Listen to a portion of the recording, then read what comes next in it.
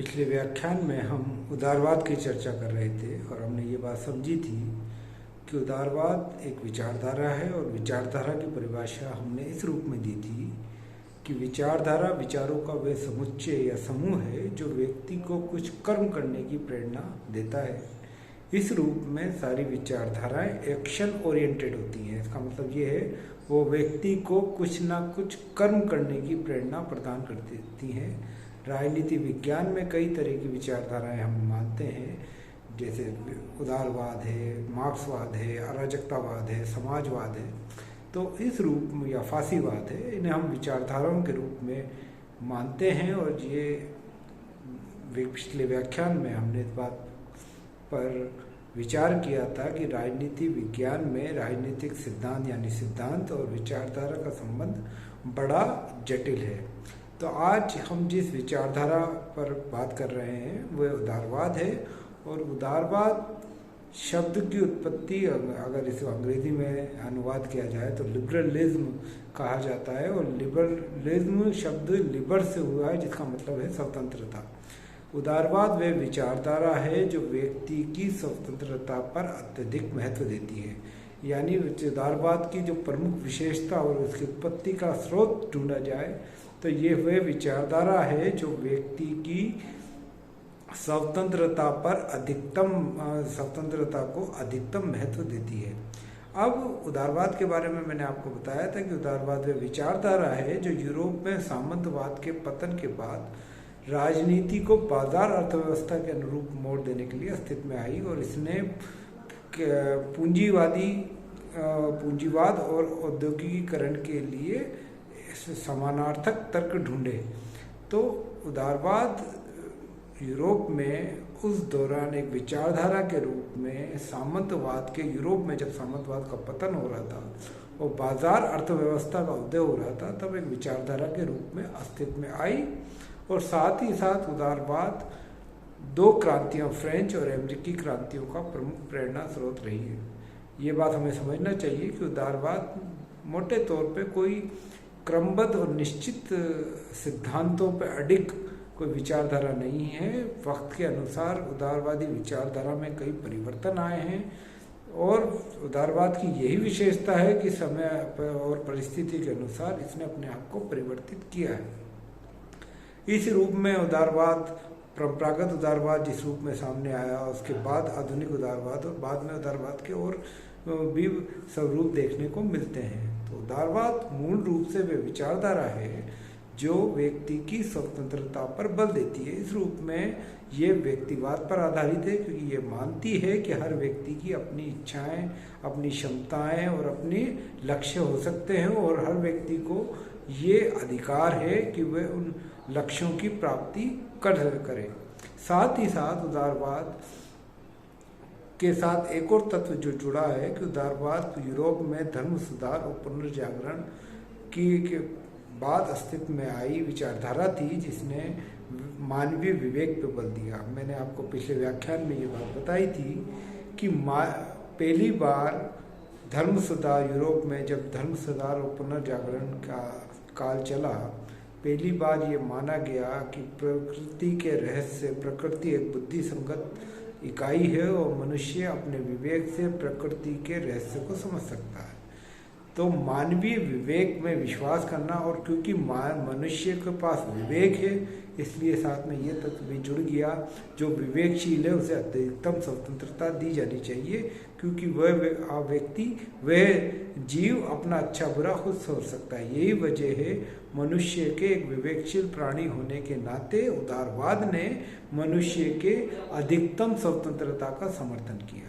और यही तत्व है कि उदारवाद ने मानवीय विवेक में विश्वास किया कि मनुष्य एक विवेकशील प्राणी है, अपना अच्छा बुरा खुद सोच सकता है और विवेकशील प्राणी होने के बावजूद वे अपनी स्वतंत्रता, वह अधिकतम स्वतंत्रता का हकदार है। तो उदारवाद इन दो मूल सिद्धांतों को लेकर चला कि मानव एक विवेकशील प्राणी है और विवेकशील प्राणी होने के नाते उसे अधिकतम स्वतंत्रता दी जानी चाहिए। साथ ही साथ उदारवाद जिस चीज़ पर महत्व देता है वह है टॉलरेंस या सहिष्णुता।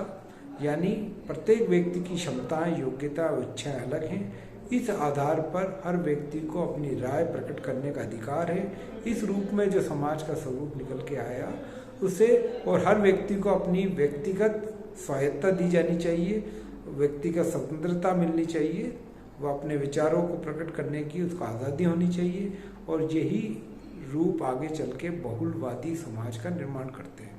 तो उदारवाद में व्यक्ति की स्वतंत्रता को महत्व देते हुए समाज के जिस स्वरूप की कल्पना की गई है वह बहुलवादी या पोलार्की कहा गया है, जिसमें हर व्यक्ति अपनी निजी इच्छाएं, स्वतंत्र विचार रख सकता है।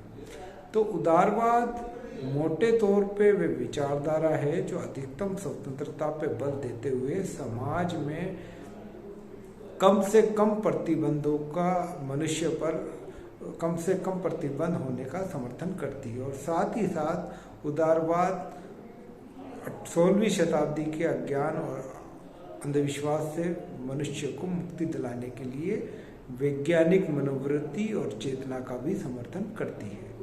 उदारवाद कई दौर से गुजरा है और कई स्वरूप इसका परिवर्तन हुआ है। जो शुरुआत में उदारवाद आया वह परंपरागत उदारवाद कहा गया। 20वीं शताब्दी में एक उदारवाद का नया स्वरूप अस्तित्व में आया जिसे हम आधुनिक उदारवाद के नाम से जानते हैं।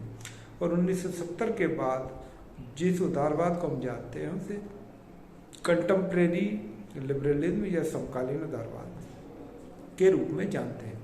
तो उदारवाद अब तक 3 दौर से गुजर चुका है। जो शुरुआती उदारवाद अस्तित्व में आया उसे हम परंपरागत उदारवाद कहते हैं। इसका दूसरा नाम क्लासिकल उदारवाद, क्लासिकल लिबरलिज्म या चिड़ सम्मत उदारवाद के रूप में भी जाना जाता है। ये तब इसे सामान्यतः 19वीं शताब्दी का उदारवाद कहा जाता है और ये तब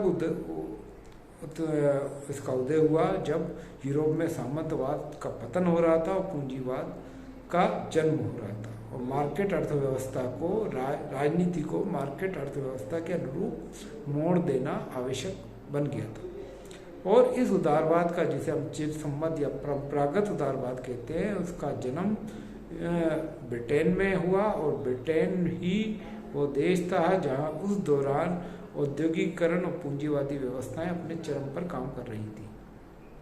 तो इस परंपरागत उदारवाद की ये मान्यता थी कि मनुष्य कुछ प्राकृतिक अधिकारों के साथ जन्म लेते हैं और उन प्राकृतिक अधिकारों में जीवन, स्वतंत्रता और संपत्ति का अधिकार सबसे महत्वपूर्ण अधिकार है और राज्य का अस्तित्व इन अधिकारों की रक्षा के लिए ही आता है। और जो राज्य इन अधिकारों की रक्षा करने में असमर्थ रहता है व्यक्ति को अधिकार है कि उस राज्य के आज्ञा न मानने का।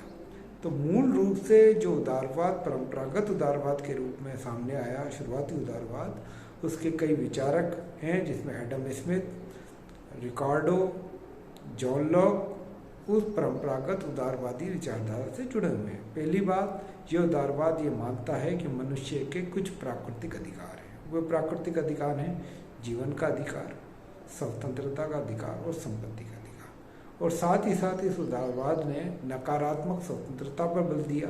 नकारात्मक स्वतंत्रता का अर्थ है कि व्यक्ति को जीवन पर किसी भी तरह के प्रतिबंध सबसे न्यूनतम होने चाहिए और इस रूप में वे नकारात्मक स्वतंत्रता का समर्थन करते हैं, जिसका अर्थ ये है कि व्यक्ति को सभी क्षेत्रों में अधिकतम स्वतंत्रता दी जानी चाहिए। राज्य का कार्यक्षेत्र यथासंभव कम से कम होना चाहिए।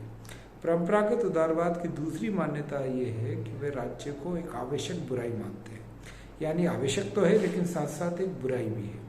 इसलिए राज्य के कार्यक्षेत्र को सीमित होना चाहिए। राज्य के कार्यक्षेत्र का सीमित होने का अर्थ ये है कि राज्य को सिर्फ सार्वजनिक व्यवस्था, रक्षा और संविधानों को लागू करने का काम ही करना चाहिए और बाकी दूसरे काम अपने हाथ में नहीं लें। यानी राज्य का कार्यक्षेत्र जितना कम होगा व्यक्ति को उतनी ही ज़्यादा स्वतंत्रता और स्वायत्तता मिलेगी और यही श्रेयकर होगा। परंपरागत उदारवाद इस रूप में राज्य के कार्यक्षेत्र को सबसे कम किए जाने का पक्षधर है और साथ ही साथ ये बात भी मानता है कि व्यक्ति को सभी क्षेत्रों में अधिकतम स्वतंत्रता दी जानी चाहिए, क्योंकि प्रत्येक व्यक्ति जब अपनी क्षमताओं के साथ पूरी स्वतंत्रता के साथ जब कार्य करेगा तभी वह समाज को अपना सर्वोत्तम योगदान दे पाएगा।